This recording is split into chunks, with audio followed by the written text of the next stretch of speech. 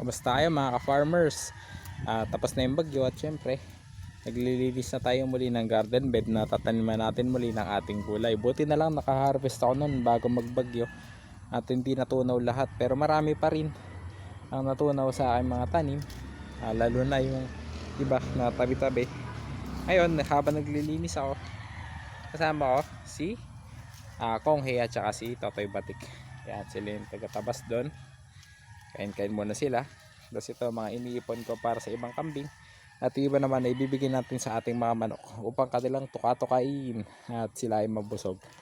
Diba? So ayan, sige kain lang kayo habang nandito ka sa unang bed. Para pagdating ko dyan, konti na lang ang tatapasin ko. Okay, so yun lang. Tuloy-tuloy lang tayo. Pagka umaraw yan, diba tulad nito, tumila na yung mga malalakas na ulan natin. At sibol na rin ang luya. Diba? Tapos buhay pa naman yung ibang okra. Yan, meron tayong mga okra na hindi nakasurvive pero maganda pa rin dahil marami pa rin nakasurvive. Tsaka yun, meron pa tayong mga upland kangkong. Okay, so hindi tayo mawawalan na pwedeng ulamin sa mga susunod na linggo. Isang F1.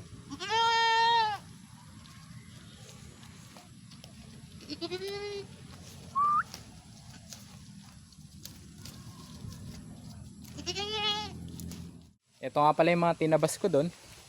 Dinadala ko dito sa malalaki kasi sila hindi ko maisasama doon dahil baka masira nila yung net tsaka kain nila yung mga okra. Yung gusto pa naman nila yun. Okay, so yan, yung kanina doon naubos nila. Ito kinakain pa lang nila. Tingnan natin kung makakakuha pa tayo ng isang batch pa. Pero mukhang konti na lang yun dahil naubos ko na halos. Baka sa labas na lang ako kumuha.